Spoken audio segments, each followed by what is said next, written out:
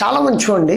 మీకు కొంచెం ఇది వింటే సరదాగా అనిపిస్తుందేమో. సార్, నేను ఇక్కడ నిలబడి మాస్టర్బేట్ చేస్తే ఇంతకు ముందు అంటే 6 months ముందు ఆ గోడకు తగిలేస్తారు. అంత ప్రొజెక్టైల్ గా ఉండేది నా సీమను. బట్ ఇప్పుడేమో సార్ నా కాళ్ళ దగ్గరే పడిపోతుంది, ఏమన్నా ప్రాబ్లమా అని అంటూ ఉంటారు.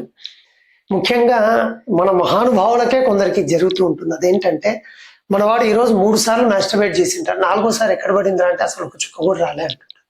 సో నీకు ప్రొజెక్టైల్ నేచర్ లేని సీమన్ వచ్చింది అంటే నీకేదో పెద్ద ప్రాబ్లం ఉన్నట్టు నువ్వు ఫీల్ కావద్దు. కేవలము ఫ్రీక్వెన్సీ ఆఫ్ మాస్టర్బేషన్ వల్లను లేదా నిజంగానే మీకు సీమన్ వాల్యూమ్లో ఆ వచ్చే పరిమాణం అంటాం కదండి, అది తగ్గినప్పుడు మాత్రమే ప్రొజెక్టైల్ నేచర్ ఉండద్దు తప్ప మీకు ప్రొజెక్టైల్ బాగుంటే పిల్లలు పుడతారనో లేకుంటే పిల్లలు సరిగా పుట్టారనే అపోహ ఉంటే మాత్రం మీరు మనసులోంచి తీసేయాల్సిందే.